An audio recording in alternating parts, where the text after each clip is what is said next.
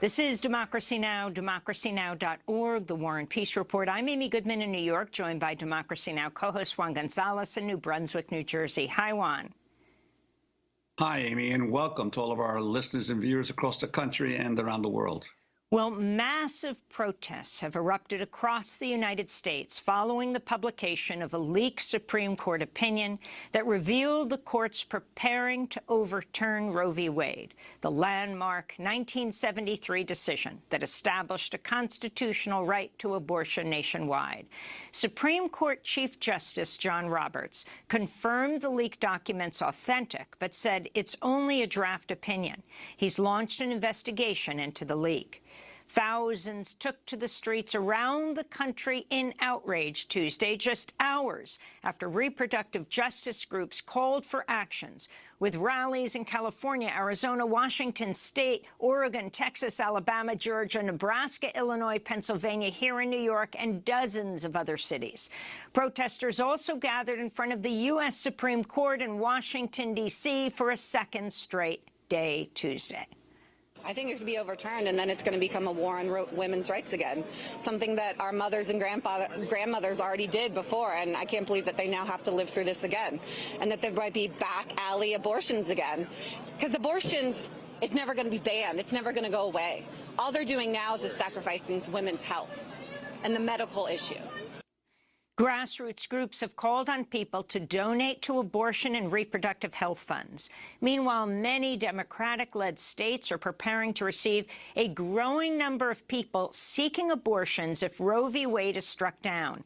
At least 16 states and Washington, D.C. have already codified abortion rights into state law, including New York and Colorado. Here in New York, lawmakers have now introduced legislation that would expand abortion and reproductive health access to all. New York Assembly member Jessica Gonzalez Rojas, who's leading the efforts, made the announcement Tuesday. The fight for reproductive justice is the fight for access.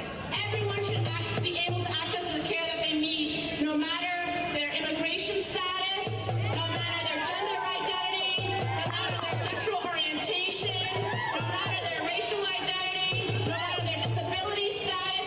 Every single person deserves access. So I'm so proud to stand with you today as we introduce the Reproductive Freedom and Equity Act that demands and ensures that our abortion providers who are on the front lines, who are our essential workers, are able to get the resources to build capacity to ensure that New York State will be a safe haven for every single person who needs access to care.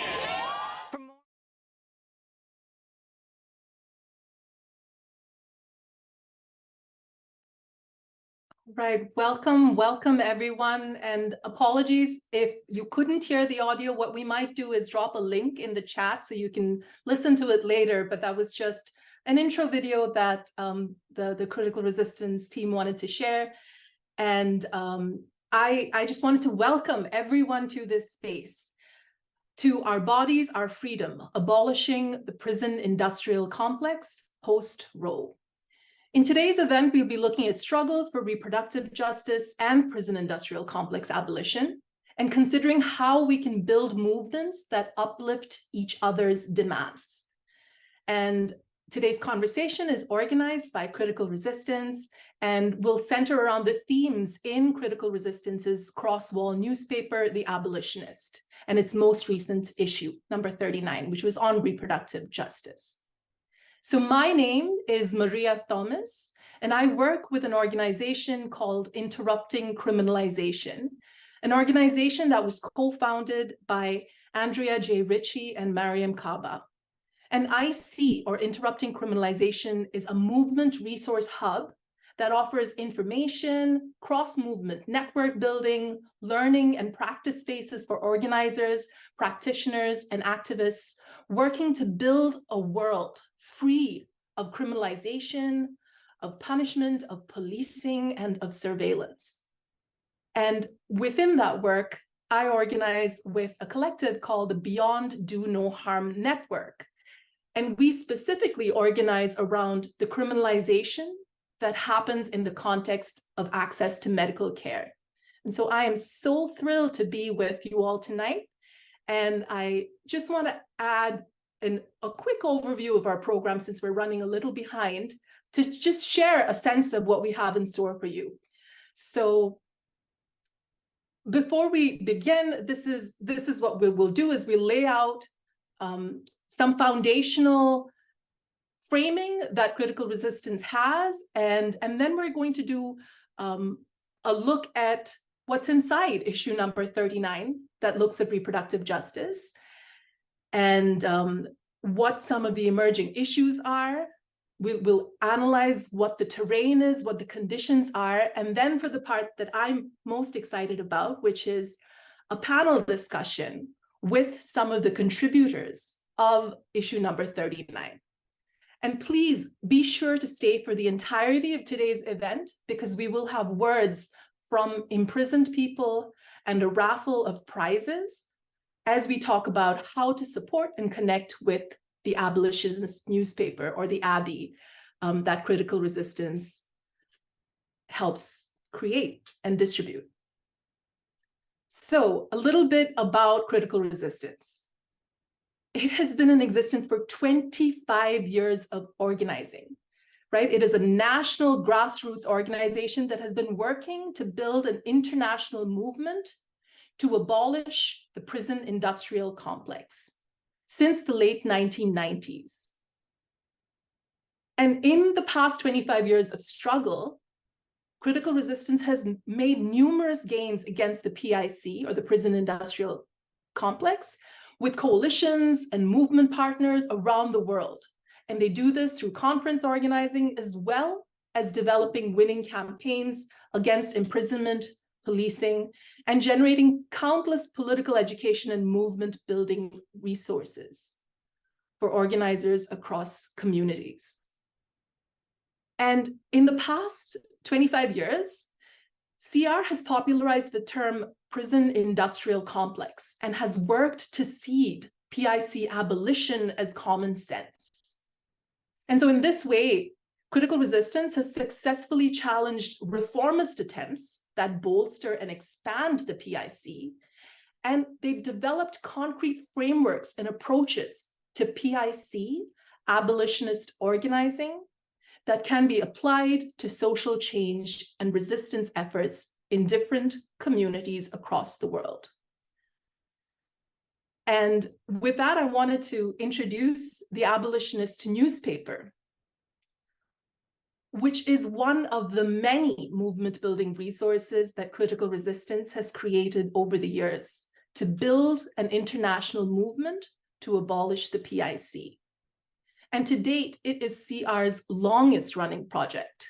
It started in 2004 to 2005, and it is bilingual in English and Spanish, and it's a cross-wall periodical sent to imprisoned people in jails, detention centers, or prisons for free. And paid subscribers outside of cages sponsor free subscriptions for imprisoned people. And if you are someone who might be interested in becoming a paid subscriber to support political education and getting copies of The Abolitionist in hands of people behind the walls, we'll provide opportunities for you to do that and share information at the end of the webinar. But currently, the Abolitionist newspaper is printed twice, a year in December and June. And we've had topics that have ranged from reproductive justice in issue 39 to more visionary projections like life after the PIC. And as well as different topics that point to facets of our current terrain that CR thinks organizers need to be paying attention to, like neoliberalism and fascism in issue 34. So the Abolitionist is unique in that it is completely dedicated to the strategy and struggle of PIC abolition. It is a much needed resource and forum for cross-wall or inside-outside debate, discussion, analysis building, strategizing, questioning, principle struggle, reflection and movement history, and also practical tools for abolition. some of the significant tenets and things that are so critical about what the abolitionist is and does is it supports thousands of prisoners engaged with PIC abolition. We have over 5,000 readers and subscribers right now. And it has helped inspire and spread courageous prisoner-led actions like the California hunger strikes against solitary confinement in 2011 and 2013. And really importantly, it is an international effort and brings an internationalist lens to this work. Some of the contributors are imprisoned, while some outside.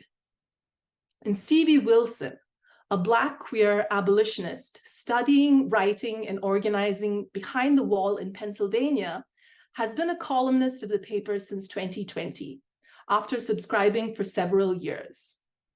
And I'd love to share some words from Stevie himself about why people should consider supporting the project and what some of the impacts of the Abolitionist newspaper and this project have been.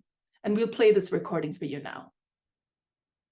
I'm ready. This is Stevie, and I just want to call and give a brief message, thanking everyone who was involved in putting together the Abolitionist, and I'm also having the opportunity to write a column for the Abolishonists. And I want to share something personal with everyone. I know we're talking about political education, but I want to talk about what the Abolitionist and critical resistance meant to me personally.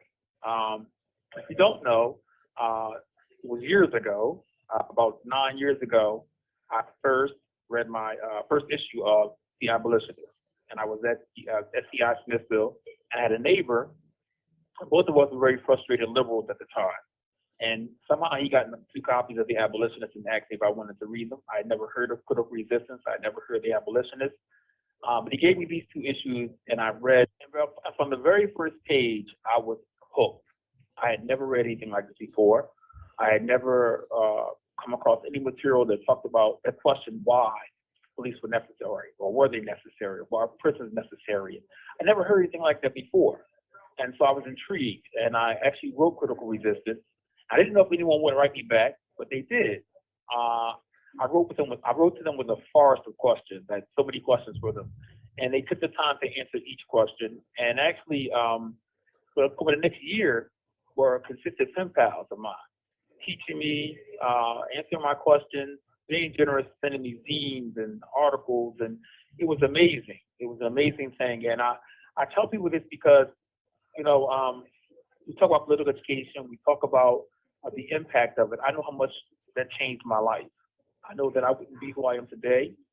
I wouldn't have grown the way I've grown. I wouldn't know anything about penal abolition if it weren't for someone at Critical Resistance, someone of the Abolitionists, taking the time to write to me, right across these walls, and be patient and answer my questions. And so I always talk, you hear me talk a lot about connections. I talk about political education, and I talk about how important it is for us to support print publications. And all these things kind of converged in my story in the sense that people were supporting the abolitionists then, and they're supporting them now, and I thank them, because that was how I came to abolition. There are people out there who are connected to Critical Resistance, who are connected to the abolitionists, who took the time to write back to me, and I thank them for that. And we're doing that now, and that's important, and that's how I was able to grow, and I was also able to pay it forward. And so today, where I am, wherever I am, I'm spreading abolition, and it all started with someone handing me 2 copies of The Abolitionist. So it's amazing to me. Years later, I'm writing a column now for The Abolitionist. That's amazing to me. I thank Critical Resistance for giving me the opportunity to pay it forward. But I know that all of this started for me. It started for me with 2 issues of The Abolitionist, and someone handing them to me, a print publication, someone taking the time to answer my questions about abolition, someone taking the time to send me zines, essays, and books, and being consistent in that. And I know that that's how Stevie became Stevie today, and so I want people to remember that, because there are so many other Stevies behind the wall. So many people waiting for that connection, waiting for the opportunity to grow. And we need your help, your assistance, your support. So I want to thank everyone at Critical Resistance and everyone at the Abolitionists for doing a great job. And if you don't know that the work they're doing has a really, really big impact behind the walls, now you know, because it impacted me and it changed my life. So I thank you. That was the amazing Stevie Wilson. And after our panel, we will have a chance to hear from more Inside subscribers and authors, including a piece by Trent Rush, a youth locked up in Illinois, that will print in issue number 40. And Trent's piece talks about bodily autonomy. And then there will also be a poem by J. Kane that was printed previously in issue 37. And these pieces will be read by editors of The Abolitionist. So please stay for the whole event because you do not want to miss out on those two readings. Some key terms before we move on to an assessment of the terrain and conditions from critical resistance. And critical resistance really has been foundational in popularizing this term prison industrial complex. And it's created this definition of PIC abolition that many organizations use internationally today. So I'm not going to read the whole thing, but I will read the first portion and then just also underscore certain points from critical resistance conception of PIC abolition.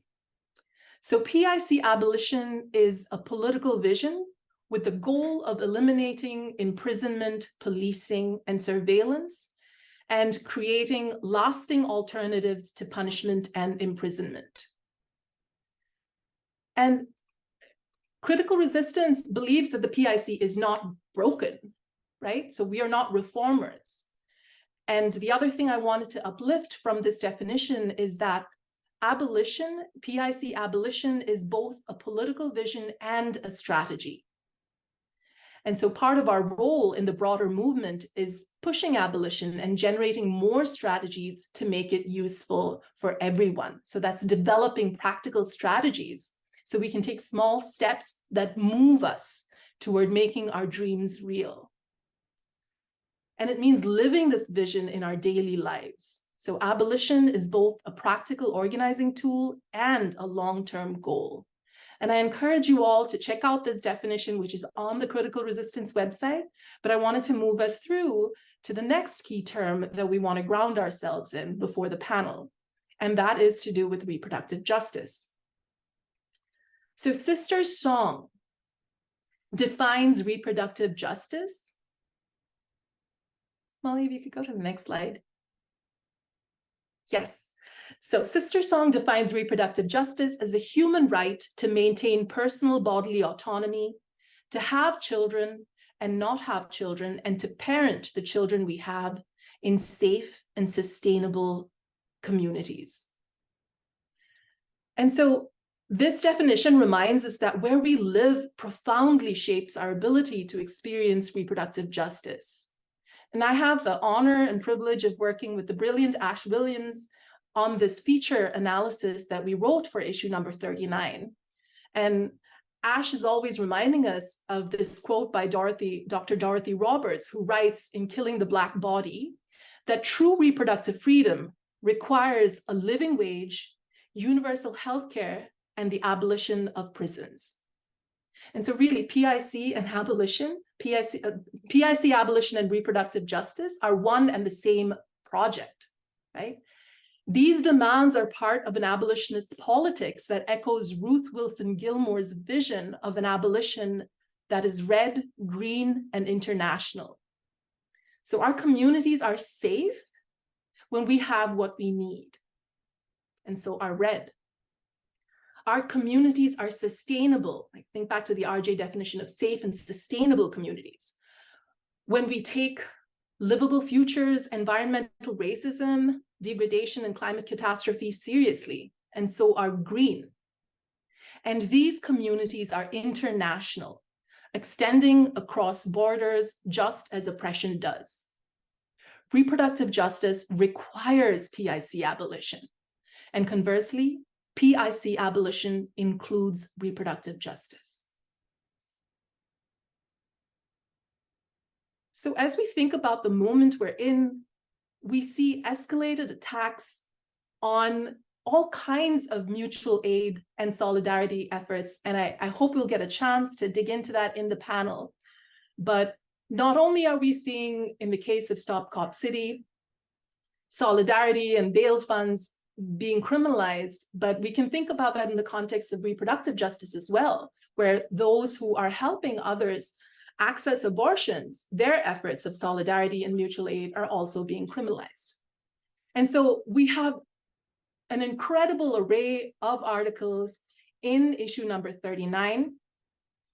And inside, for example, we have an article from Lisa Sangoy, who is also on our panel today, from the Movement for Family Power, about resisting the family policing or the family regulation system, because this too is a form of reproductive oppression and takes us further away from our political organizing and vision of PIC abolition.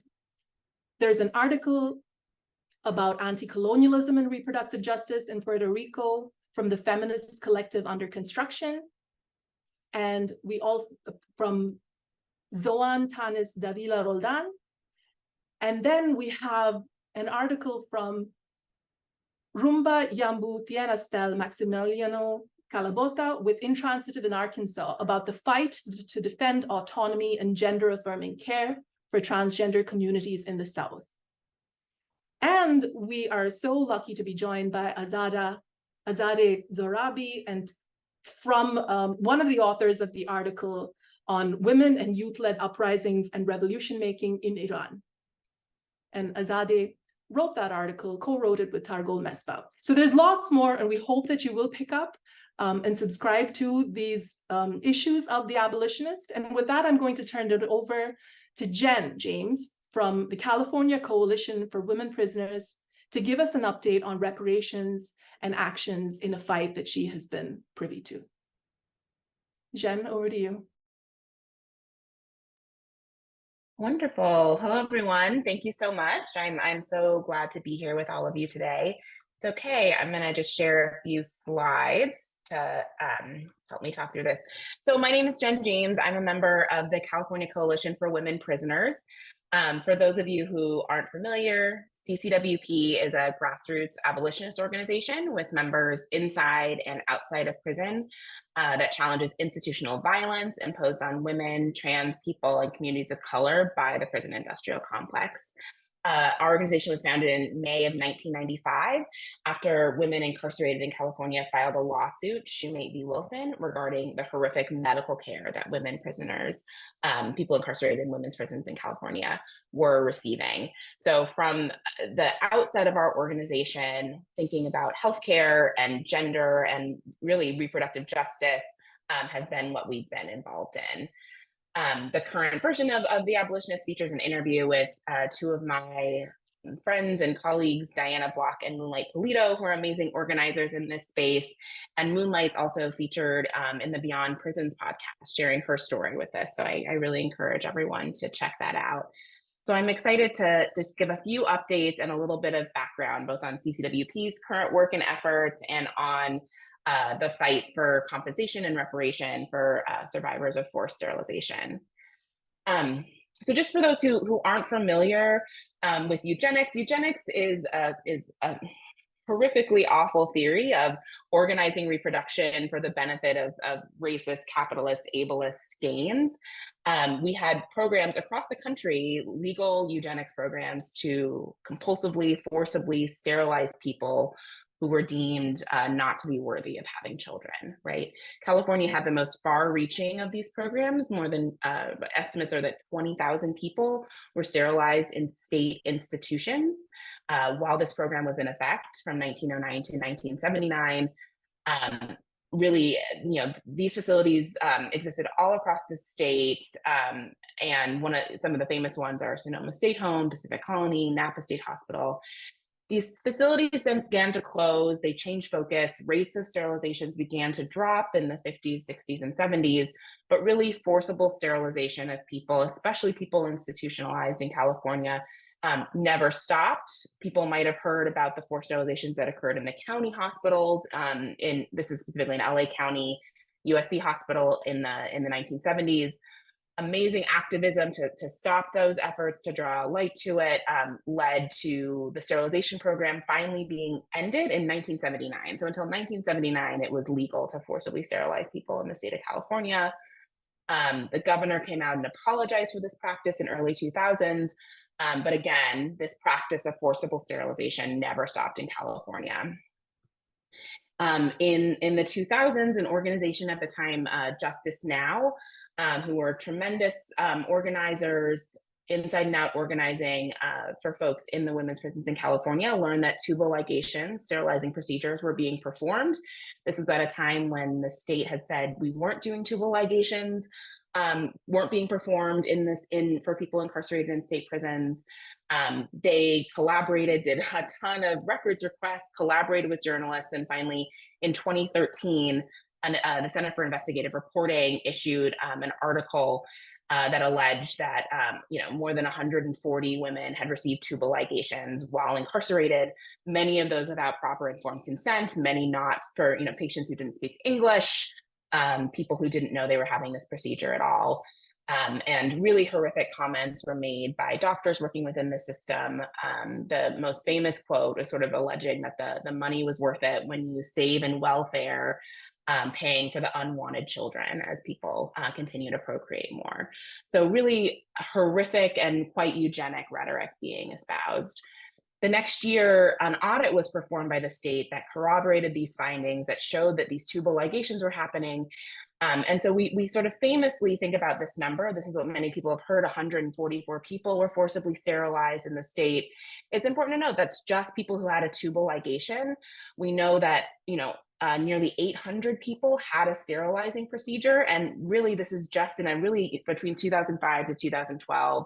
Many people have come forward since then who had other types of procedures: hysterectomies, oophorectomies, ablations, other medical procedures, saying that those were not performed with informed consent. They didn't know it was going to happen, or they weren't told it would limit their fertility.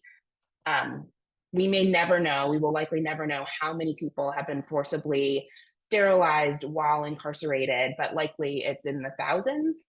And tremendous advocacy over the last decades have been done to bring this to attention and to stop this practice. So I hope many folks in the room have seen the film Belly of the Beast. If you haven't, I encourage you to. It centers on the story of an amazing activist, Kelly Dillon, who's still involved in this fight, who was herself forcibly sterilized while incarcerated. She helped to lead the efforts, along with folks from Justice Now, to pass SB 1135 in 2014, with limited the potential for sterilizing. But this, this wasn't the end of the fight. Activists and the Amazing Coalition came together to fight for compensation, for reparations for folks who had been forcibly sterilized. This was finally passed in 2001 and went into effect. The program to provide compensation for folks who've been sterilized began last year, beginning of 2022, and is now ongoing. This is remarkable for a few reasons. We're only the third state to provide compensation for survivors of eugenic sterilization, and the first to explicitly include survivors who were sterilized while incarcerated.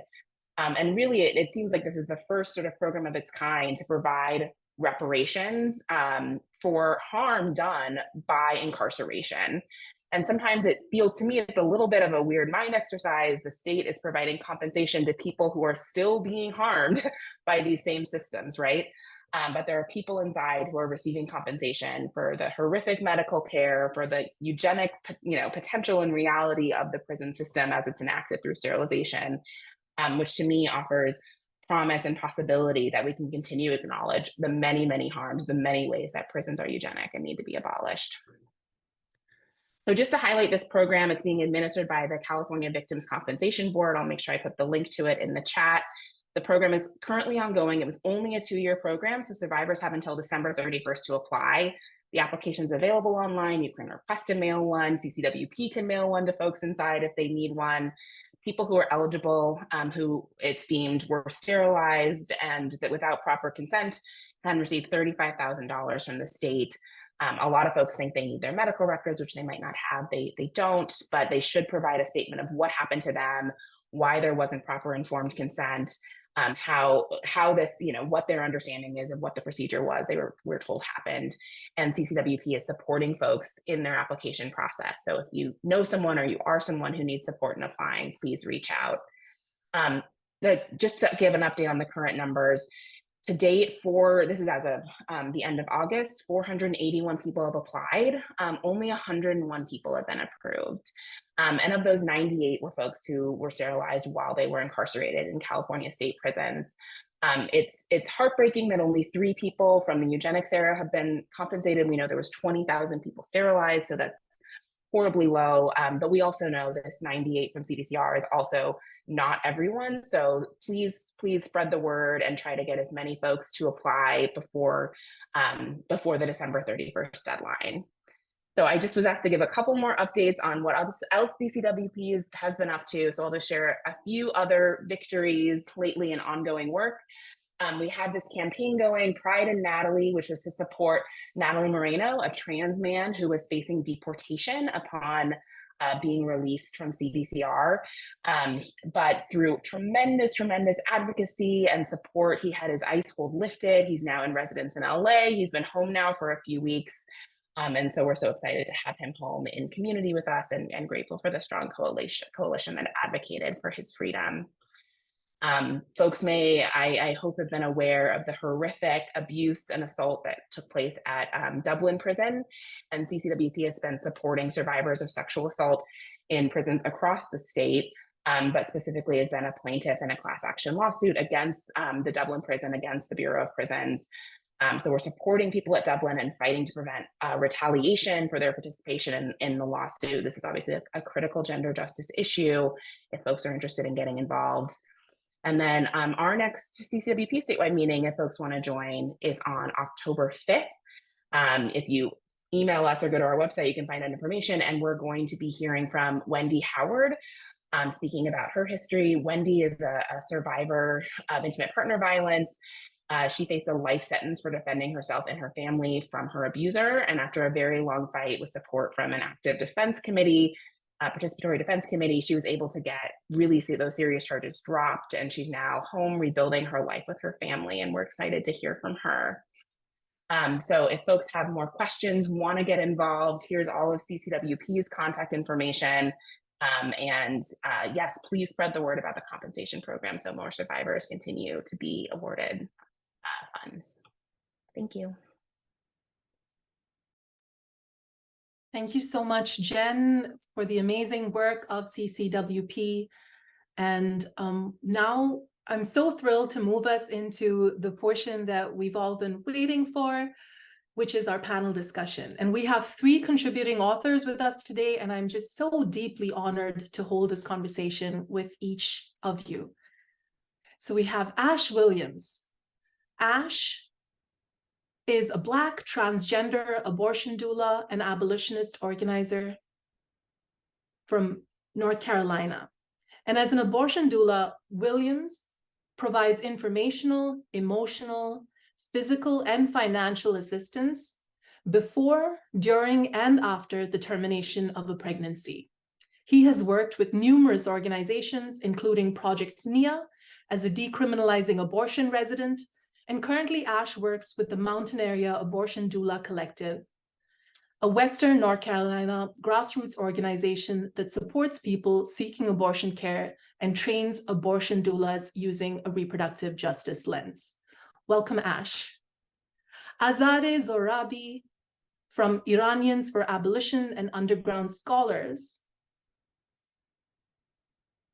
is an Iranian-born refugee, activist, educator, and lawyer. And she's the executive director of Underground Scholars at UC Berkeley and a co-founder of Iranians for Abolition. And last but not least, we have Lisa Sangoy, who is a co-founder and co-director of Movement for Family Power, an organization that fights the policing and punishment of families through the foster system. And she's also Kavia's mama. So we have some questions prepared for you. And also, before you jump into the answers of the questions. If there's anything else that you'd like to add about who you are and how you come to this work, please consider this an invitation to supplement parts of the introduction that I may have missed. But let's get right into the discussion. And also for participants and audience members here, please continue to add questions using the Q&A function, and we'll try to grab some of those at the end of our discussion. So the first question is, given the work you do, how do you see gender or reproductive oppression and the prison industrial complex interact? And Ash, if you could kick us off with this question, that would be great. Thank you. Thank you, and thank you for this question. So as an abolitionist organizer and as an abortion doula, I live in a place where abortion is banned after 12 weeks. I live in a place where transgender people and queer families are threatened at school and in the workplace.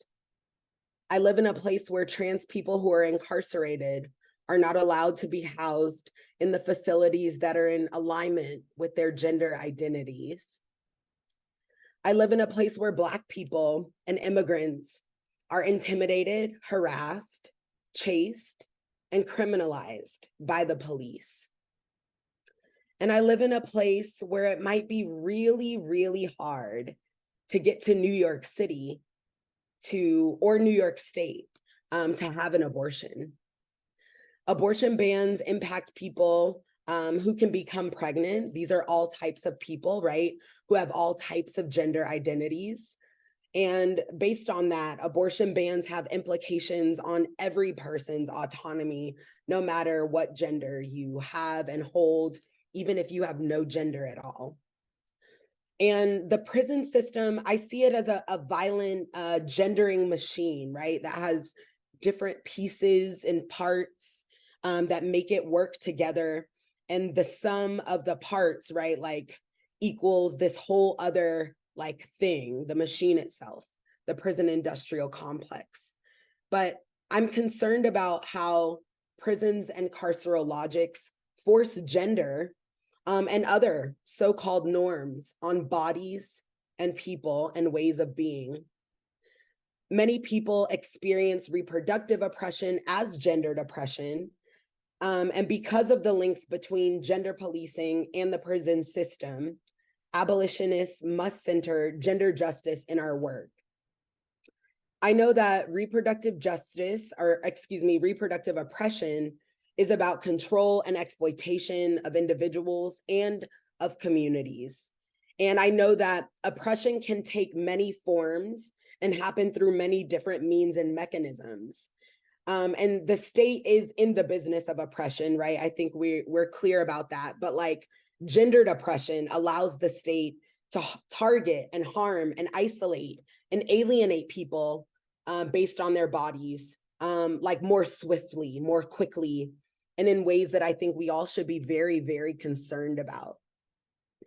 And then white supremacy, racial capitalism, anti-Blackness, trans misogyny, and ableism, these things allow the state to control and exploit women and gender variant people through criminalization when our choices lay outside of what is deemed appropriate or legal or safe or governable.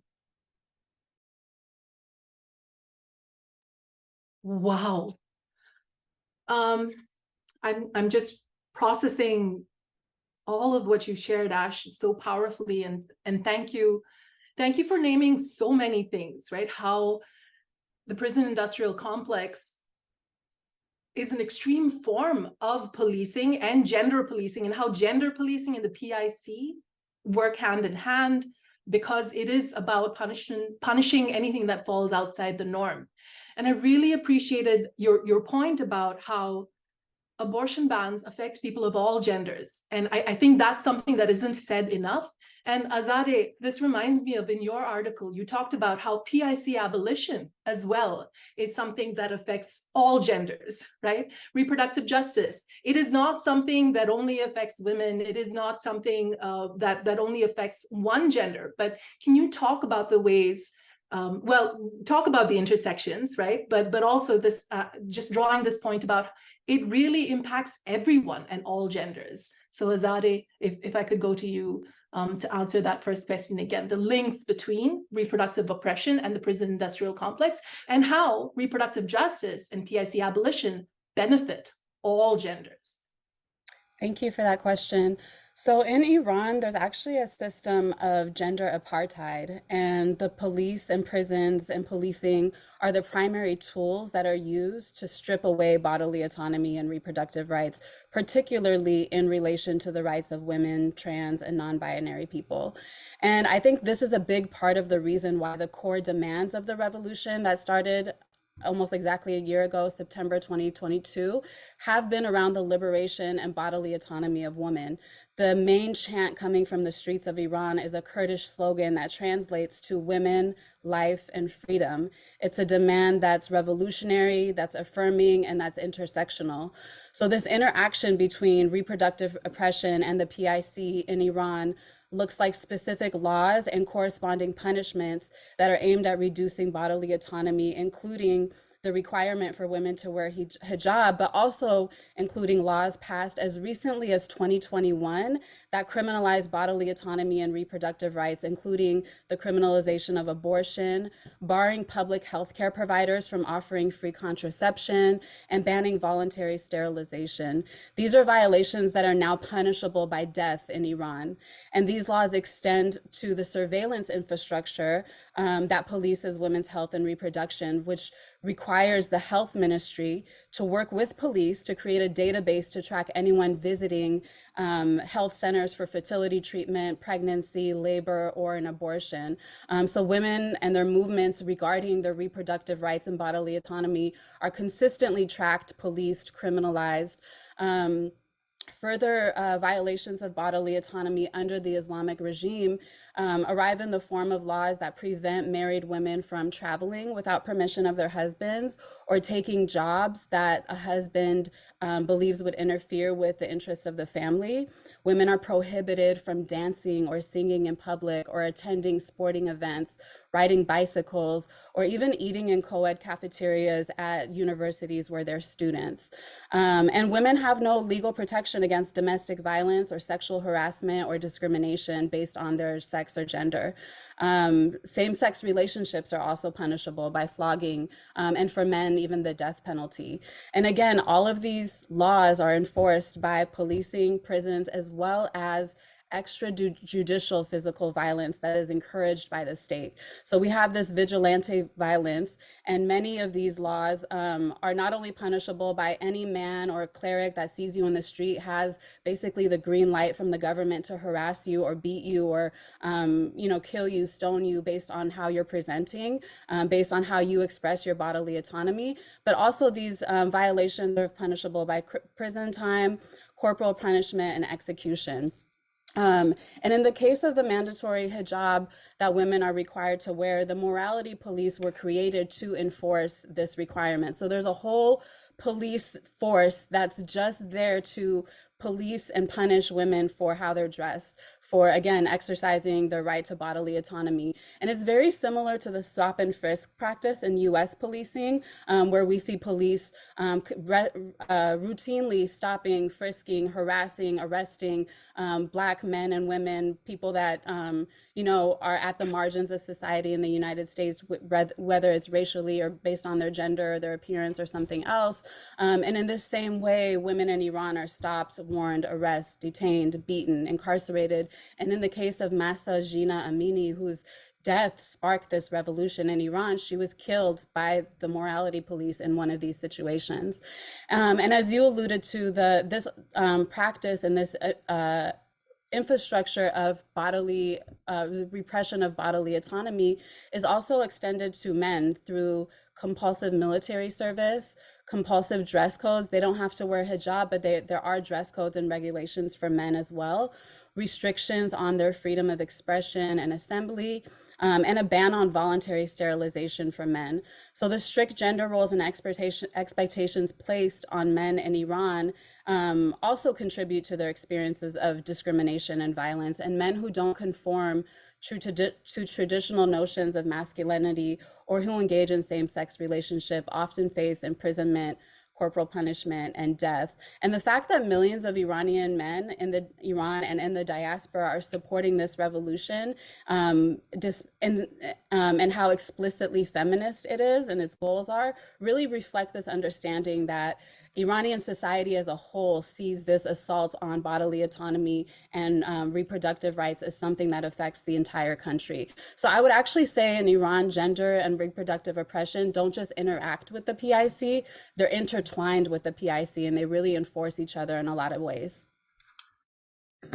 Thank you, Azadeh. And thank you for just laying out so clearly how these repressive regimes of gender apartheid and prisons and policing restrict all of our possibilities and all of our freedoms if we don't fit within these tightly circumscribed notions of what the norm is.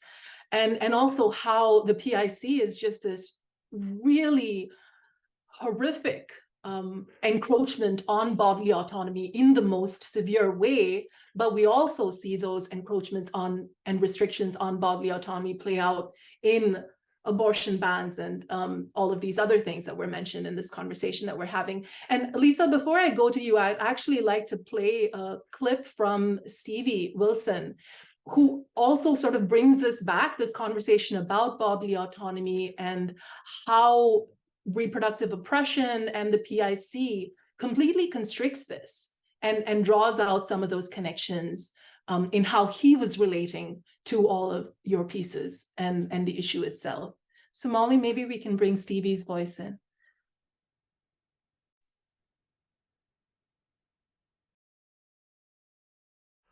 You know, when I first was made aware of the theme for 39 was the reproductive justice, this was something, this issue, this topic was something that many people incarcerated, mainly, being cis-het males, they think that this doesn't apply to them, right? So we have abolitionist readers, many of them being cis-het males, would think that here comes this theme, reproductive justice, that really doesn't apply to me.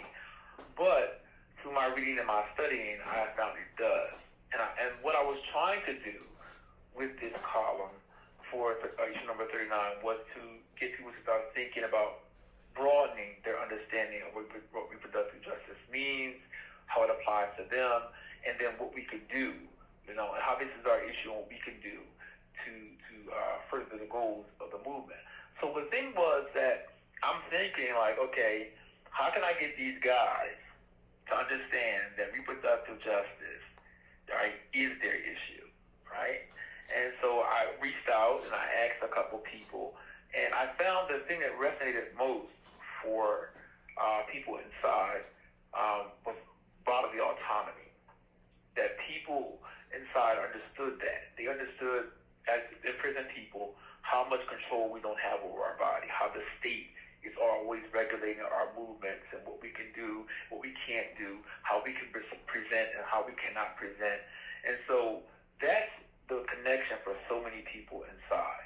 It was for so many cis-het males that was important. As like trans person inside, you obviously are always dealing with the state telling you what you can and cannot present, how you can live your life, whether it's what is my name, how I present, you know what I mean, the people I can be around. So this is an issue for a lot of people inside.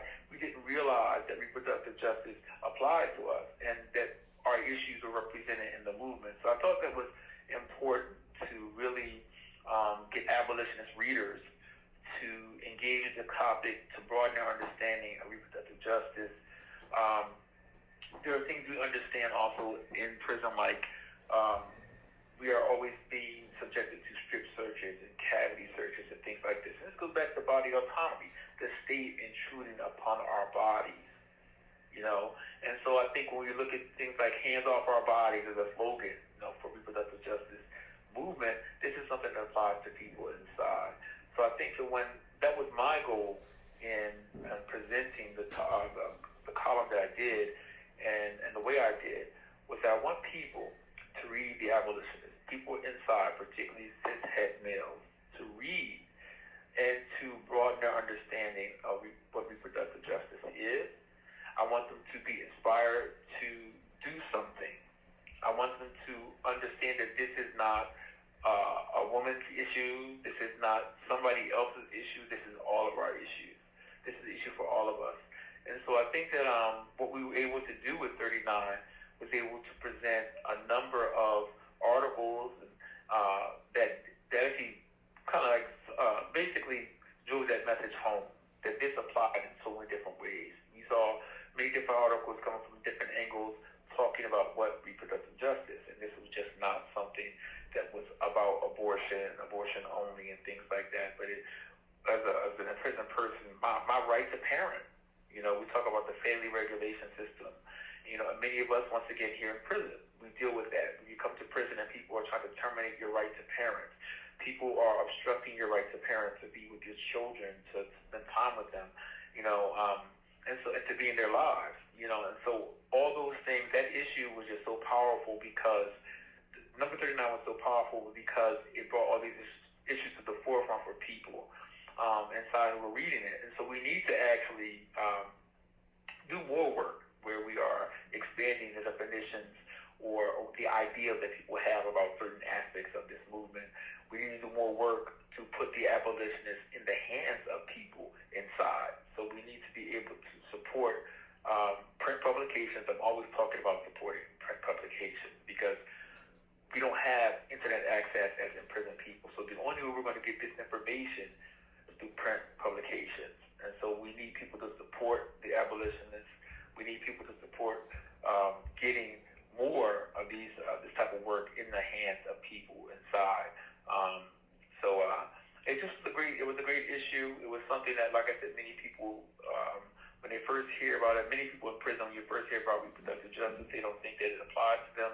But we did a great job of showing that, yes, this applies to all of us. This is the issue that all of us need to be concerned with. And we need to connect people to ways of doing something about it once they become educated. And so it was a great issue, and I'm glad to be a part of it. It's almost as if Stevie was listening to all of the comments you were saying, just in terms of the same themes that came up about how the PIC brings down a hammer and constricts to an unbelievably awful degree your right to present the way you want to and not present. And so a lot of the themes that Ash brought up, that Azadeh brought up, but also leading us into what I'm hoping Lisa will talk about, the right to parent or not parent, and how the PIC and reproductive oppression intertwine. Lisa, take it away. Hi, everyone. So I'll start off. First, I just want to thank Critical Resistance for holding this space and holding this very important conversation. I want to say I'm just really honored to share space with a co-panelist here today, and also just a sincere shout out to the attendees who are making an evening webinar on a Thursday evening. As fall begins, I know it's just tempting to be doing other things, and so I just really appreciate folks being so interested in this conversation and being engaged. And like I'm gonna sort of talk about a lot of different stuff. I may drop the names of several different organizations and people doing work, and I'm gonna try my best to drop links to all that in the chat afterwards. But if you don't catch it or you have any questions afterwards, just feel free also to contact me, and my contact information is on our organization's website. So my name is Lisa Sangoy, and I use she, her pronouns. I am a co-founder and a co-director of an organization that is called Movement for Family Power.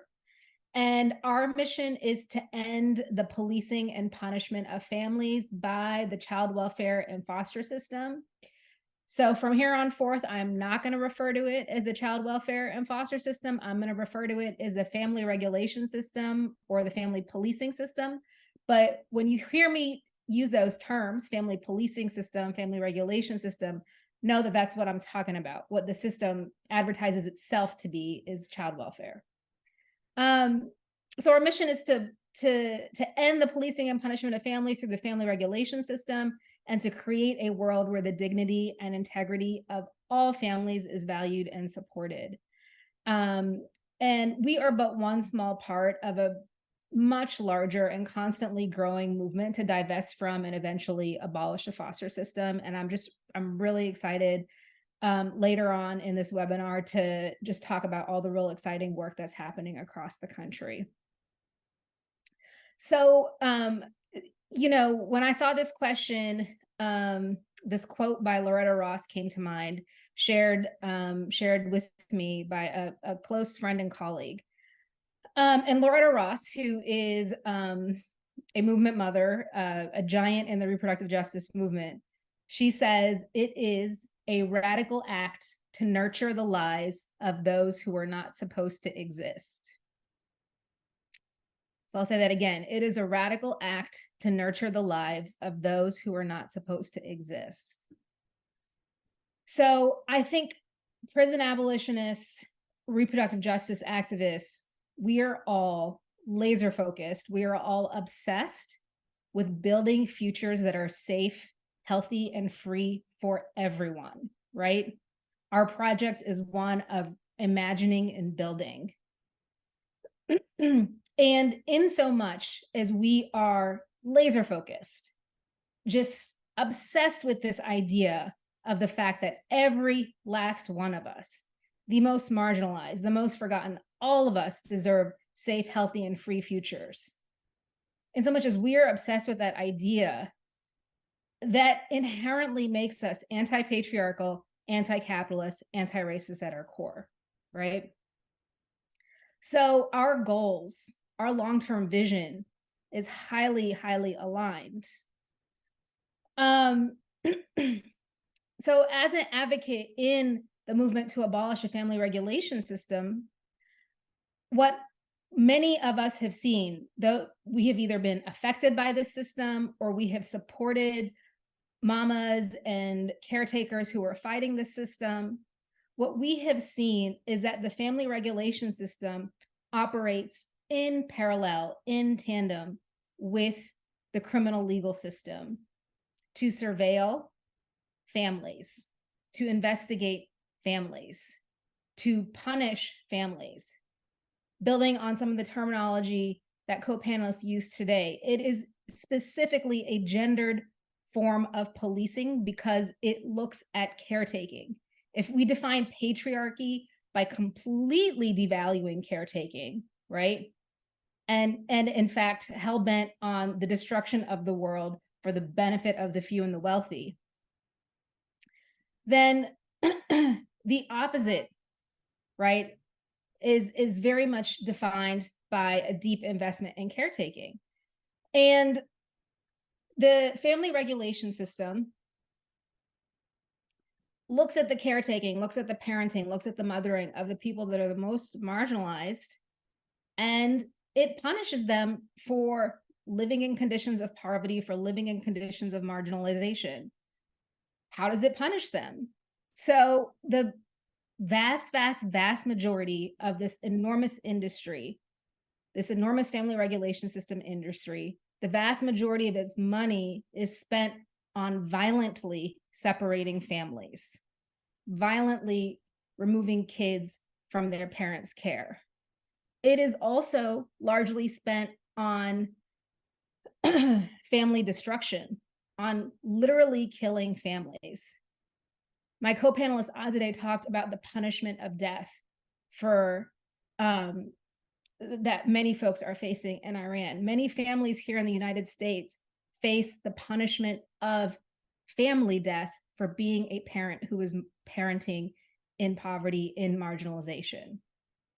Or honestly, maybe you're not even parenting in poverty and marginalization, but you're a Black parent who is living in an area where the family regulation system is extremely racist.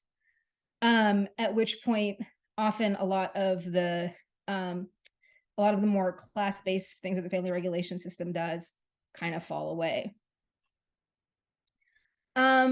So if the family regulation system is policing families and punishing families, surveilling families, looking at kids who are not able to get to school regularly, and not looking at the systemic causes around not having access to transportation, right?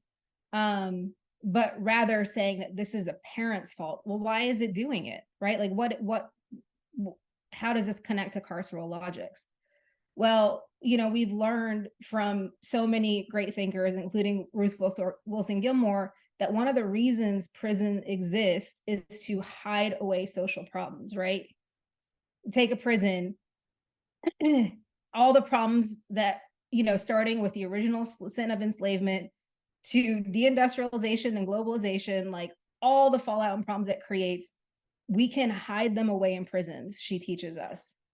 Well, it turns out the family regulation system serves a very similar purpose. So if we blame parents for what it looks like to parent in marginalization, right? For what it looks like to parent as a parent who doesn't have access to childcare, to transport to school, to regular medical care, to food, electricity, to shelter, to be a parent who has a disability. And of course, we're in a country that is, almost just apartheid-like in the way it treats folks with disability, right? If we take parenting in those conditions and then blame parents for that, then what the white dominant class is able to do is completely alleviate itself of responsibility for creating those conditions, right? So if a parent doesn't have housing, is living on the street or in the car with the kid, then what the white dominant class can say is it's the fault not of redlining, right? Not of centuries of redlining and our country's continued inability, determined refusal to provide folks with housing, but rather the fault of the parents.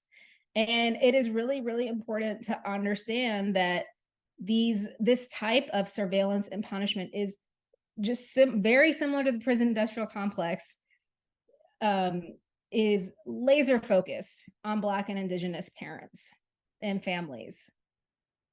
And at every step of the way, similar to, and even some of the stats around the racism are even worse with the family regulation system. So you have over 50% of Black children have been investigated for an allegation of maltreatment. Over 50% of Black children in the United States. Over 10% will be removed. The family regulation system will separate over 10% of Black kids from their parents at some point in their lifetime. These numbers are staggering. They are staggering. Over 1% of Black children will experience the family death penalty, the punishment of death. Another thing that I want to be sure to draw the parallel of with the prison industrial complex is the prison, when we read about prison industrial complex, we read about it in two lanes. One very much exists to hide away social problems, right? And number two, it in and of itself is a huge industry, and it supports it supports a lot of industry and wealth making for white dominant classes. And this is the same with the family regulation system. The family regulation system is one of the largest federal spending on poor children in the country. Like the only federal spending program that exceeds the family regulation system is for children is Medicaid. So in terms of our country's commitment to helping poor children, we've got Medicaid, which of course in and of itself is a very carceral system. So please, when I say help, it's with the asterisk. And then we have the family regulation system. So one of the things that we pour the most money into in terms of quote unquote supporting marginalized kids, Black kids, Indigenous kids is family separation, family destruction, and family death. And, going back to this idea of bodily autonomy, when you have no control once you enter the system, the idea that it's a legal system, that you have some say over your child who up until this point has been in your custody, that you even have any say over your own body as a mother or as a parent or caretaker. It's out the window. You have few rights, very little legal process, very little ability to control the outcomes of the system. You are put in a situation of total and complete subservience to be able to ever get your kid back. And lastly, I will say that one very big difference with, I think, other carceral systems like the prison system or immigration system is the family regulation system very much operates in the darkness, right? So criminal court, by and large, people can walk into criminal court and learn about what's going on.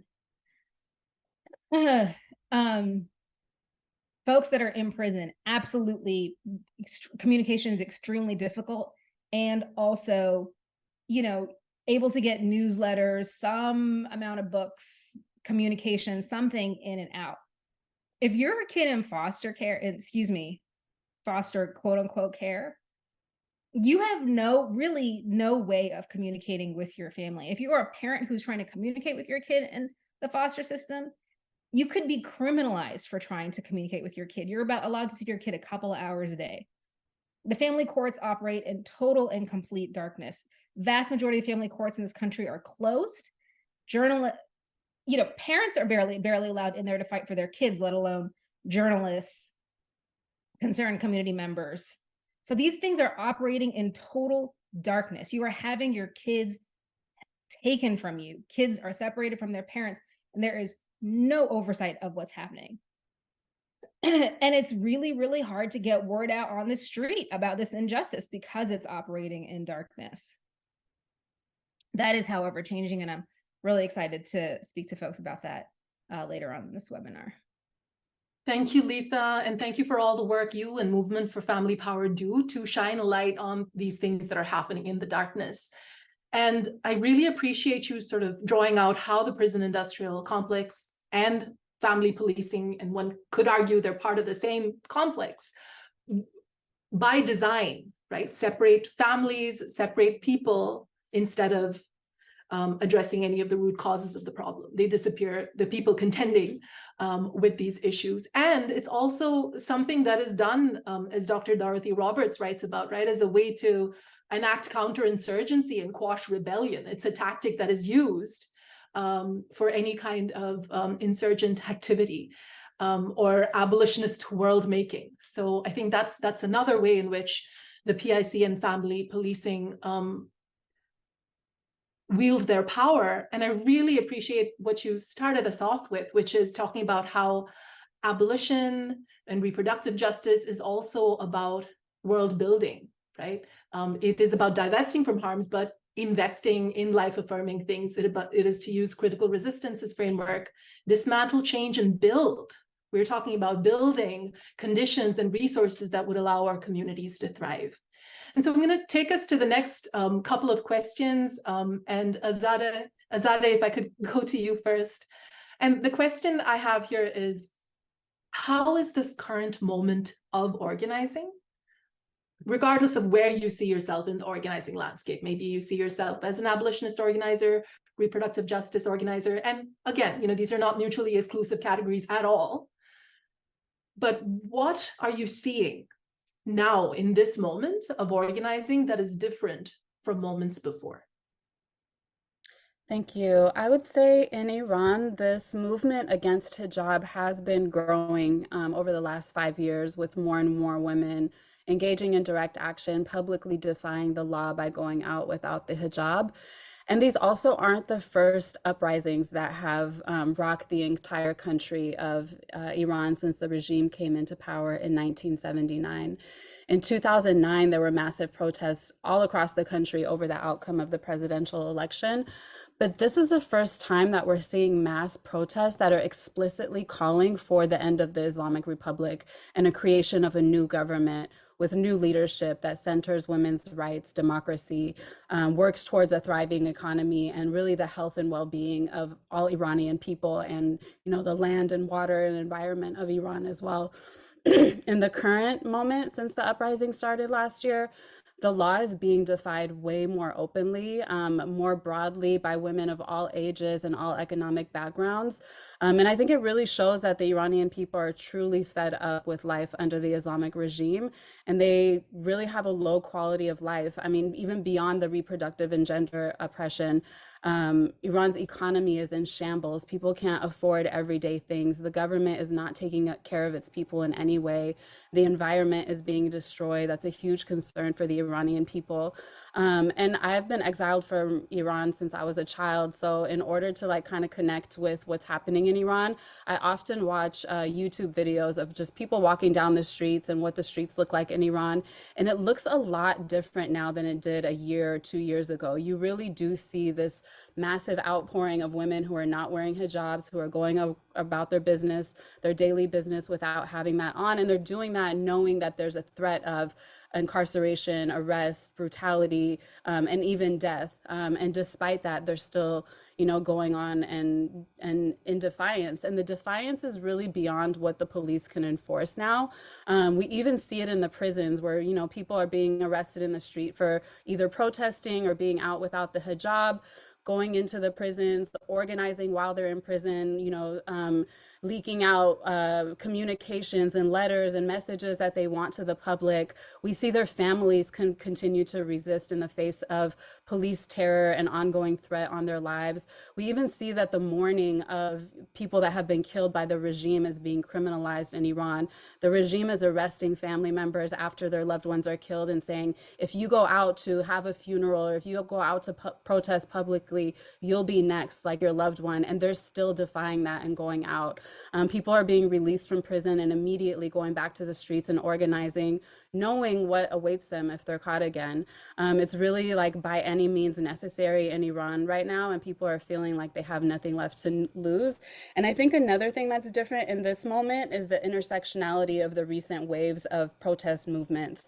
Over the past 5 years, as more and more women were defying the mandatory hijab codes, it was mostly women that were doing that.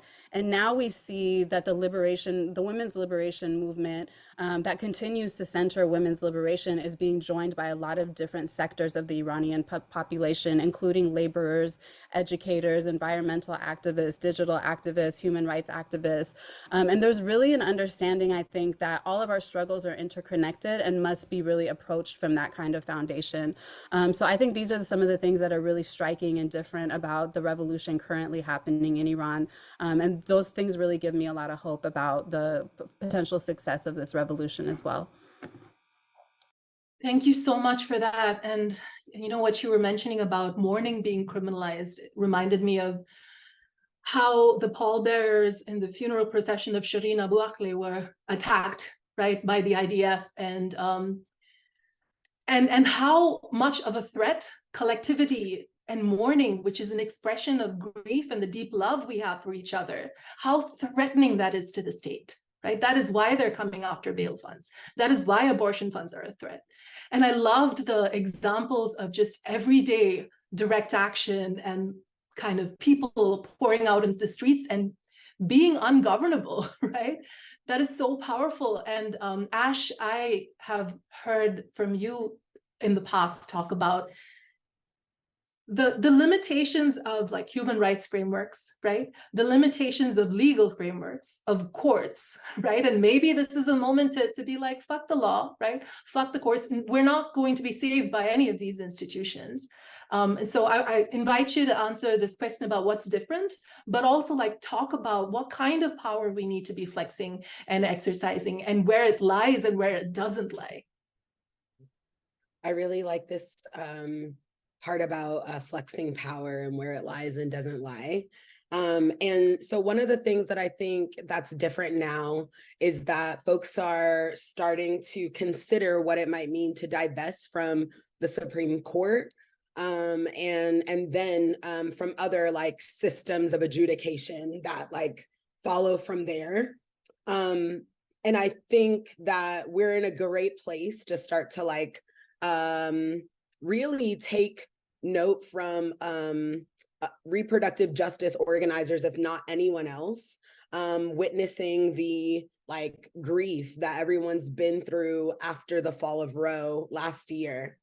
I think that we could take notes about how we need to divest from the Supreme Court, and the time is now so that we can begin to create other worlds and other alternatives. As we're approaching an election season, yeah, I'm really nervous about some things that I'm seeing in the world about like trying to organize around term limits, for example, for the justices. That is like not where I think we need to flex our power, right? Like I want to see us getting people to their abortion appointments and funding people's abortions, right? And increasing community knowledge about self-managing abortion. And because of the way that the fall of Roe has shaken things up, right? I think that this moment is unique because repro unions and repro workers, we are getting stronger. And more Black repro workers and organizers, we're coming together towards better conditions at work so that we can even do this work, right? Like we want to be able to sustain ourselves and our families as well. And yeah, we're seeing the workers really come together and rise up. This moment is also unique because we're finally, and also unfortunately, talking about navigating criminalization in a robust way. And I say unfortunately because in terms of abortion criminalization, it most negatively impacts Black and brown folks. And that's a concern that I have. And I do think it's really unfortunate, and I am glad that people are coming to a different awareness. I just wish that the awareness had come sooner, right? Like that people have been listening to Black and brown people sooner, because that is what I'm a little bit about what I'm trying to talk about right now. The conditions that we are facing are causing us to create new worlds and possibilities that our movements were perhaps not interested in or open to before. And for what it's worth, this moment is really giving us permission and urgently begging us to think beyond what the medical industrial complex says is possible and what the law says is possible. And the moment is also different because folks are finally like 5-6 years ago, y'all, like people did not want to hear trans people talk about how a lack of access to hormone replacement therapy is a matter of reproductive oppression. Like it wasn't allowed to go into a conversation about abortion access. And so it feels like a big deal to me. It feels like a big shift to me. I think that we're really on the right track. But I think that folks are willing to talk about the ways that gender nonconforming people and trans people are gatekept from our own self-determination through things like abortion bans and the bans on gender affirming care. And I think that we're all talking about the ways that these things limit everyone's reproductive autonomy. Amazing. Thank you, Ash. Lisa, if I could invite you to talk about what's different and also draw your attention to some of the questions that are coming through the chat for you about what does it look like when children are adultified in the family policing system. And also there's a question about the school to prison pipeline and how often mandated reporting requirements are a way that so many families are separated and funneled into the school to prison pipeline, but what other interventions might there be? So if I could ask you to talk about what's different and maybe move us into the third question about what is a practical move or a strategy intervention you think we could lean into now to advance both reproductive justice and PIC abolition? So, yeah, in terms of what's different in this moment, I'm kind of thinking about it more in terms of what are the opportunities to build that are presenting itself in this moment that were perhaps unavailable in prior moments, right? So we are certainly in a post-Roe moment. It's not just post-Roe, right? There is a much larger retrenchment and rise of fascism,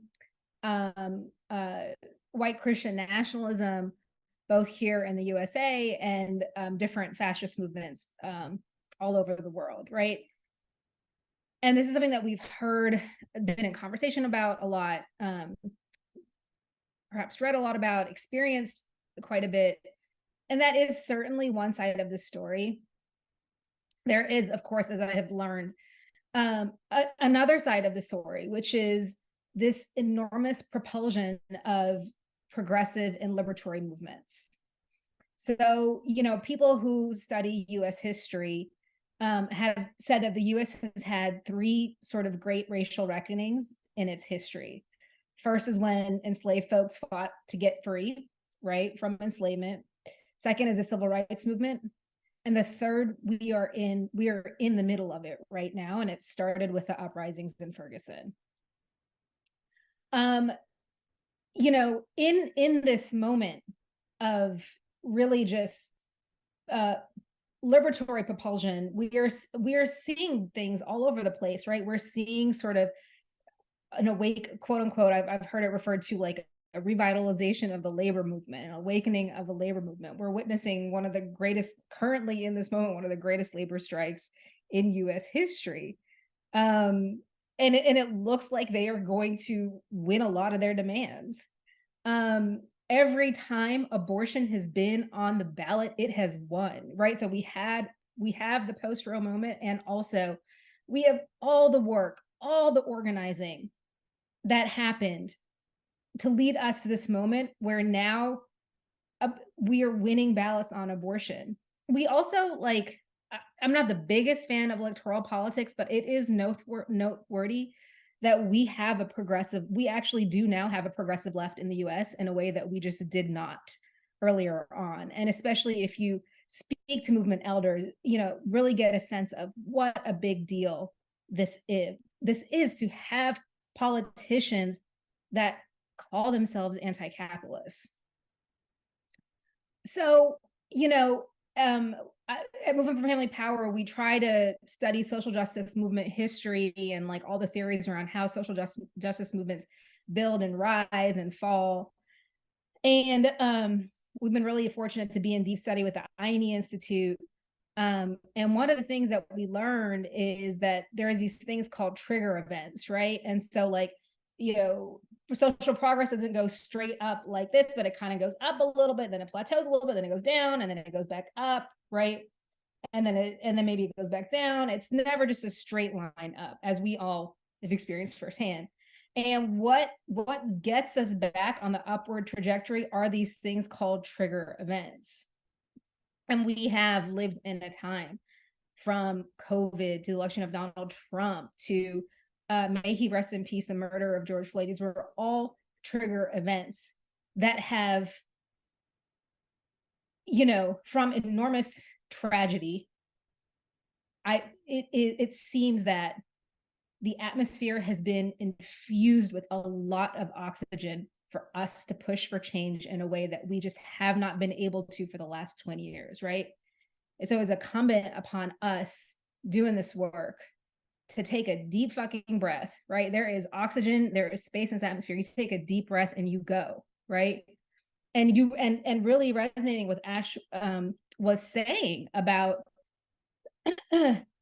pushing beyond what is possible.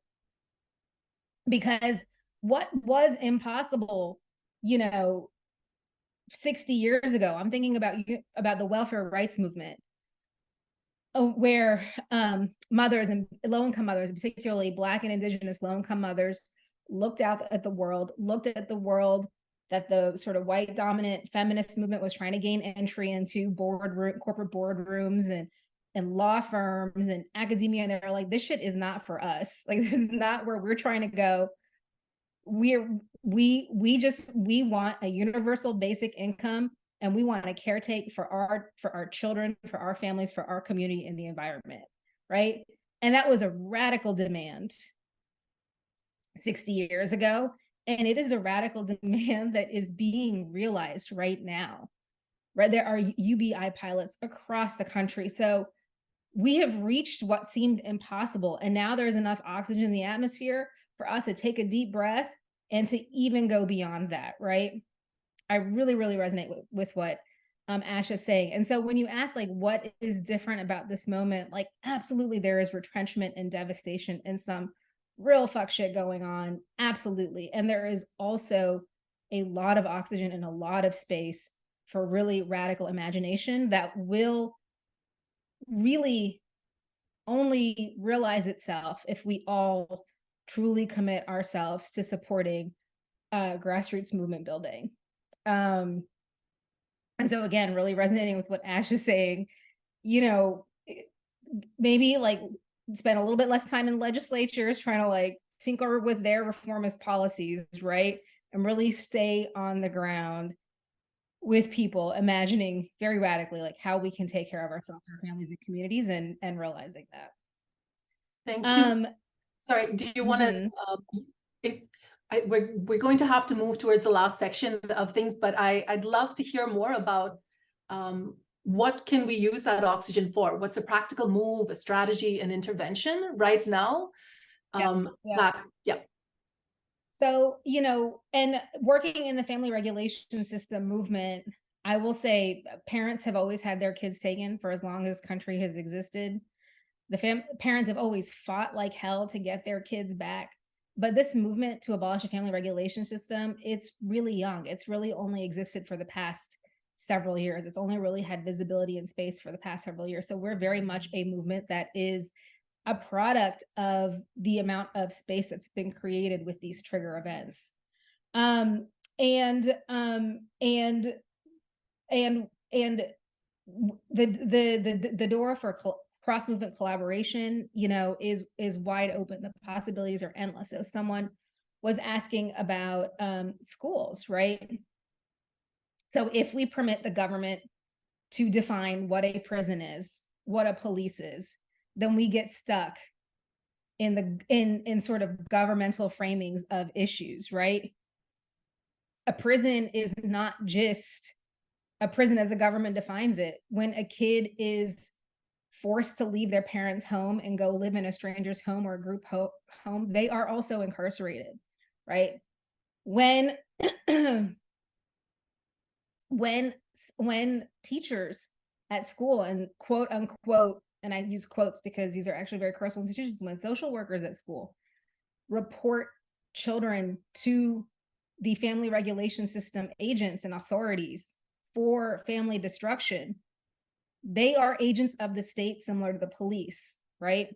And so we can't just let the government tell us what our police, like a police is someone who's hell-bent on my destruction, whether they wear a police uniform or they call themselves a caseworker or a social worker or a hospital worker or whatever. And so currently there is a really, really just exciting movement, one that I couldn't have imagined would exist 5-7 years ago, to abolish mandatory reporting. You have radical social workers, hospital workers, you have kids who are affected by mandated reporting, parents who've been subjected to mandated reporting who are organizing to abolish mandated reporting because of the amount of harm it does to folks who are simply going to places to seek help and care, or not even seek help and care, just, you know, I don't know, just live their life. And so, you know, I think the possibilities for the cops out of schools and getting mandated reporters out of schools and the cross-movement collaboration there are enormous. There are just many, many examples like that. Thank you, Lisa. And just so grateful to Movement for Family Power for, as you said, right, for a nascent movement.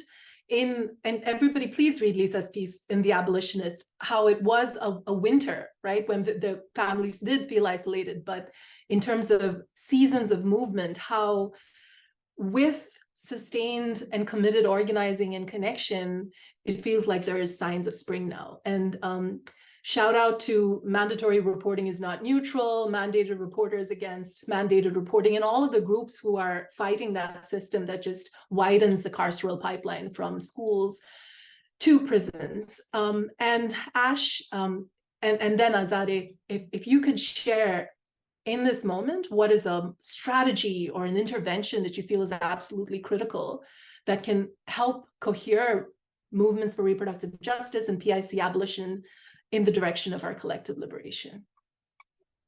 Some things that I think that folks can do right now are donate to abortion funds, donate to bail funds, and organize to decriminalize abortion. Because reproductive justice longs for an abolitionist future. And in that future, every person would have the things that they need to make the decisions that they need to make, with the support that they need to then act on those decisions for themselves and their families. And I just want to remind folks that reproductive justice will be achieved when our biggest abolitionist dreams come true. Yes, I want to tattoo that somewhere. I feel that so deeply. Azadeh, bring us home with your thoughts on, in this moment, what do you feel we need to be doing within our movements, across our movements, towards collective liberation in ways that we mutually reinforce our demands? Thank you. I think in Iran, we're not as advanced as the US is in terms of like movement infrastructure and framework and analysis around abolition and the prison industrial complex. So I think this is a really important opportunity for Iran to learn and head in a different direction. I hesitate to say what's really needed for Iran because I've been in exile most of my life and I haven't been able to go back. But on a fundamental level, I believe that prison abolition must be central to the liberation movement in Iran. And I say that as someone whose whole family has been irreparably harmed and terrorized by the carceral regime in Iran, and as someone whose lifelong exile is a result of Iran's carceral capacity. And there's hundreds of thousands of other Iranians in the diaspora who have similar stories, and millions of Iranians who have suffered under the carceral regime in Iran. I know there's been an active movement to abolish the death penalty in Iran, but because organizing against the government is punishable by death, there's not much, if any, like prison abolitionist work that's visible to those outside of Iran. So one of my goals is to create just more spaces for Iranians in Iran and in the diaspora to learn about and engage in abolitionist principles and approaches, apply them to what's happening and what has happened in Iran, and to better integrate them into how we're imagining and creating the next chapter of Iran's future. And that's the work that we're starting with Iranians for Abolition. And then I would just invite people to pay attention to what's happening in Iran. As Lisa was saying, like campaigns and movements, there's ebbs and flows, and there's times that it's more active and times where it's less active. It's a little bit less active now than it was a year ago, but there's still a lot of things happening and a lot of change brewing. So pay attention and support however you can the liberation movement in Iran towards regime change. Thank you. Thank you. And just thank you to all of the panelists for just such a rich conversation, and to Stevie Wilson, who it felt like just seamlessly blended with the conversation we were having. Just so grateful to you all for sharing your wisdom, and for all of the participants who have joined us and who've been asking thoughtful questions. And we just look forward to all of you joining and plugging into these fights in the ways that you can. And I know there have been many invitations, and we ask you to take those up. And with that, we're going to, well, just let's give it up for the panelists. Can we show some love, some emojis? Just really, really just so moved by everything that was shared. So, so I think I just want to share, given that we highlighted and uplifted a lot of the pieces in the Abolitionist newsletter, the newspaper, we want to say that your contributions allow Critical Resistance to distribute this long-running political tool full of analysis, like the amazing insights that you heard today. And that is just a way for you to engage in abolitionist prisoner solidarity. And as we've mentioned, CR sends each issue of the newspaper to over 5,000 readers in prisons, jails, and detention centers for free. And paid subscriptions allow us to do this. So there are many different levels that you can contribute at that support a range of free subscriptions for our readers inside. We're hoping to raise 50 more paid subscriptions at today's session, and those are our subscription goals for this issue. And for $10 to $45 each year, you yourself can receive 2 issues of the paper and sponsor free copies for up to 8 of our imprisoned comrades. We also have options for those of you who may want to buy multiple copies of the paper each issue, whether you work at an organization, business, work with imprisoned people, or maybe you just know lots of people you want to give the paper to. So you could order 10 copies of the paper each issue, or even 100 copies, like depending on what your needs are. And at whatever level, bulk subscriptions sponsor many imprisoned readers receiving their issues for free, and are just a great way to spread PIC abolitionist analysis to your networks and build the worlds we yearn for. Each issue, the feature focus changes. And so the next issue, want to plug that, issue number 40 covers control units, and it goes to print in December this year. And issue number 41 is on environmental justice, and that prints in June 2024. So if you learned something here today, please subscribe to the paper. And if you care about an imprisoned person and their resilience, their well-being, their freedom, subscribe to the paper. If you want to share valuable analysis to strengthen organizing across walls and borders, subscribe to the paper. If you're part of a group doing transformative organizing, consider a subscription. And maybe you have loved ones you think should engage with this analysis. Have them subscribe. You can sign up imprisoned people for free subscriptions also on CR's website. Just make sure to get their consent first. Okay. All right. So in just a moment, you'll be hearing statements from people inside about how impactful the paper is to folks strategizing and organizing inside. And I just wanted to share that we have some raffle prizes. So we're going to raffle off prizes for those of you who are in the room right now. You may have seen that in the announcement and the emails that went out. But as a surprise and a thank you to everyone who was here to listen to our discussion and participate in it, we will be sending each of you a free copy of issue number 39 of the Abolitionist newspaper. So before we even get to the raffle, thank you so much for being here. We're expressing our gratitude with a print copy that we will mail to you, or so that can go out on Monday morning. Otherwise, we can send you a PDF, an electronic copy. So you're all winners.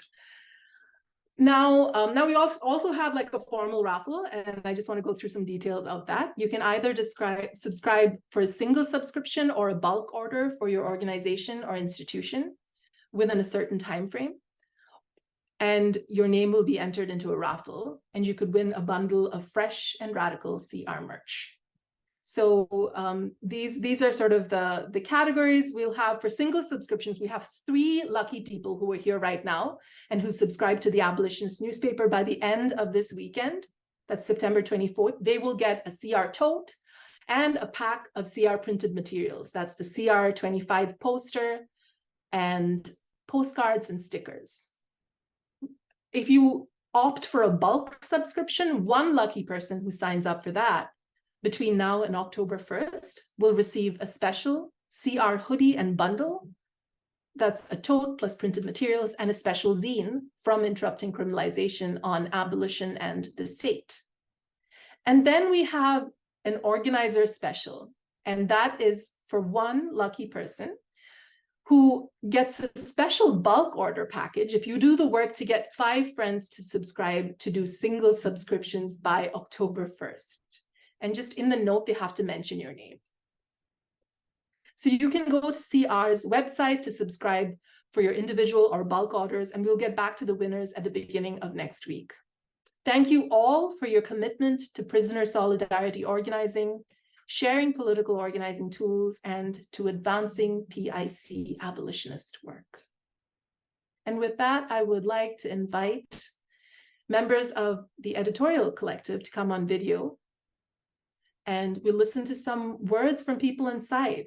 So I'm going to ask Billy and Mar from the CR and Abolitionist editorial collective to read a few words from imprisoned writers who couldn't be with us here today.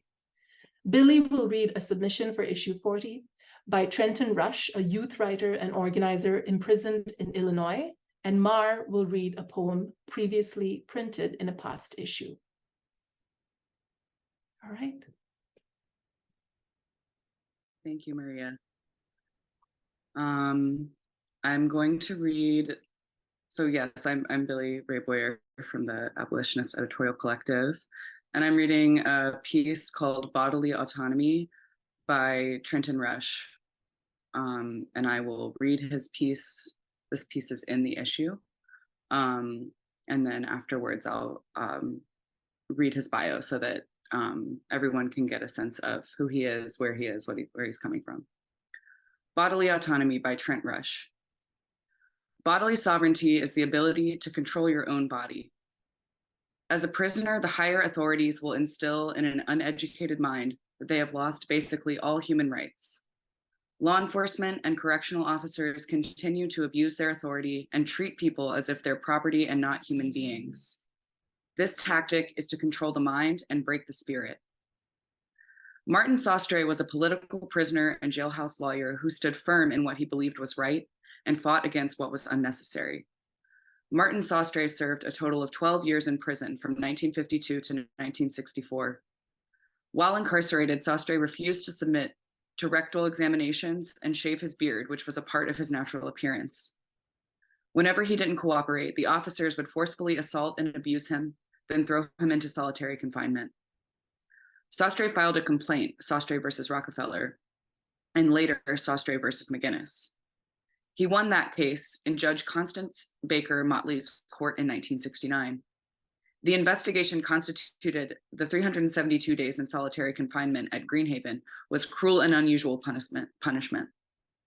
He received 124 days of earned time and was awarded $13,000 in which had to be paid by the warden and commissioner of corrections. I can say I relate to Sostre based on the fact I was placed in the Winnebago Detention Center for 16 months from October 11th, 2018 to February 18th, 2020. I was placed on, quote, Orange D, which was the 23-in-1 hour rec time. While on Orange level, they served very small portions of food, which had to be eaten with paper utensils, and we were not given the same meals that were being served to the general population. They didn't allow us to have anything in the cells except tissue, and even that was distributed in small quantities. Every morning at 7 a.m., the guards woke us up to do searches. When I was transported to DOC, I still had to do a rectal exam after leaving an institution that searched frequently. They continued to search after every movement. I was eventually informed that if I didn't submit to a strip search, I would not be able to leave my assigned living unit or attend any programs. Later, we contested that rule and brought it to the attention of others. I was then able to refuse the strip search if there was no probable cause to search. Martin Sostre's acts play a huge role in the laws of today. In order for us to stay educated, we have to continue to read into the laws and guide the ones who are unaware. In 1970, Judge Motley ruled the rectal exam was dehumanizing and degrading. But because the press is not allowed into prisons, the world is blind and not focused on the harsh living conditions prisoners experience on a daily basis. Martin Sostre didn't allow officers to take away his dignity. He continued to fight back for what was right and not allow the system to break him mentally.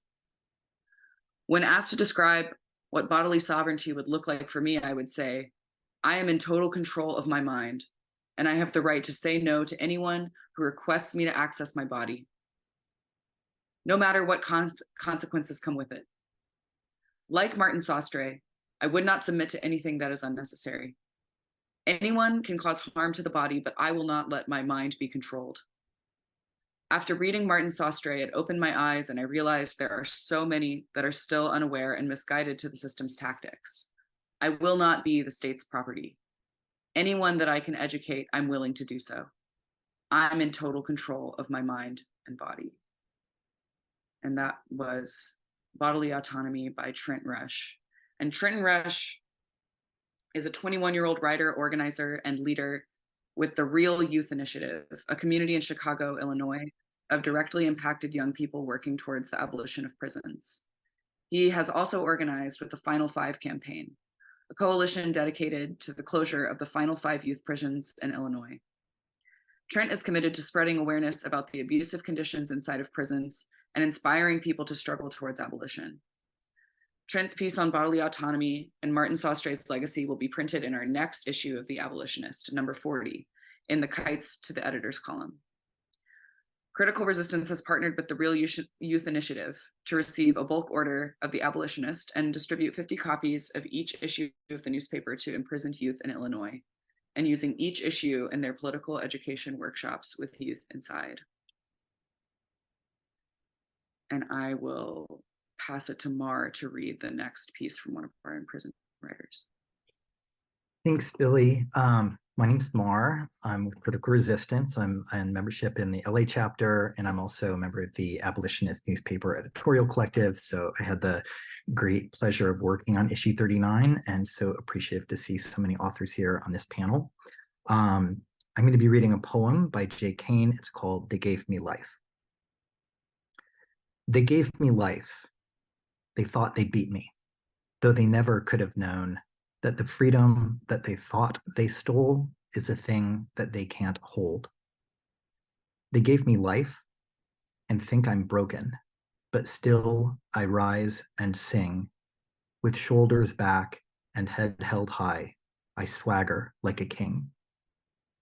They gave me life, and yes, they chain me with cuffs and black box shackles, though all I hear is music played every time these chains do rattle. Yeah, life is what they gave me, and they say that man's insane, because the freedom I have can't be bound by earthly chains. They gave me life and swore they locked me up and threw away the key, but no matter how many gates you lock, in my heart I'll still be free.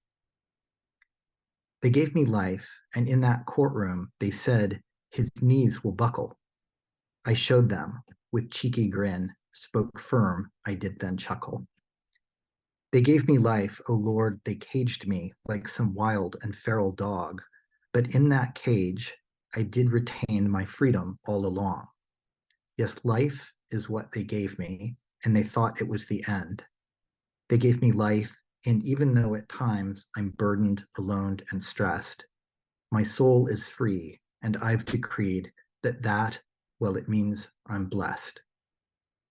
They gave me life within the confines of walls and iron gates, but they couldn't incarcerate my pride or chain the smile from my face. They gave me life and think oppression will shrivel up my roots. They buried me, but I'm a seed, and what grew was vital truth.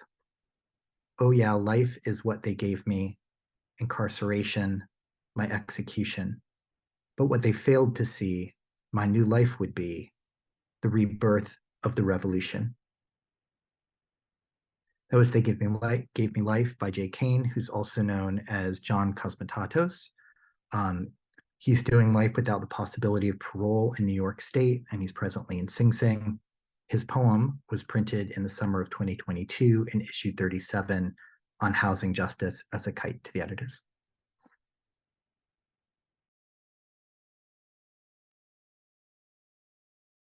Thank you, Billy. Thank you, Mar, for sharing the words of Trent and Jay Kane, and just lots of love to the Real Youth Initiative, and gratitude for those words that were shared from our imprisoned comrades. So we wanted to close with other ways in which you can connect with and support the Abolitionist. And as you can see on the slide, there are many ways you can do this. You can host a launch event for your community whenever an issue is printed or nearing print.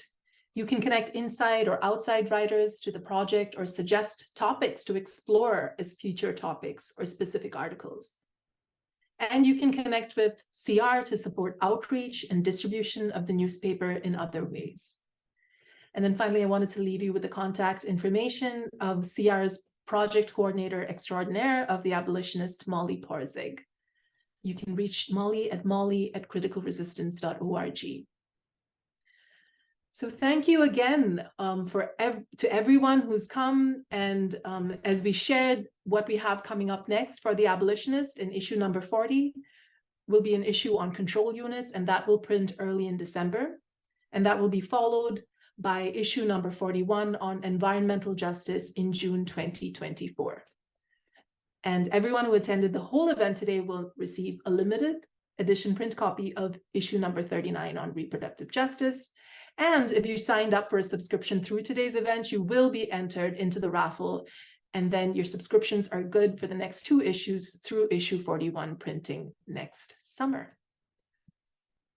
And that is all from us. Thank you, thank you, thank you. And maybe we'll just take a little bit more time to answer any outstanding questions in the Q&A, but really appreciate the thoughtful engagement and to all of you for staying through till the end.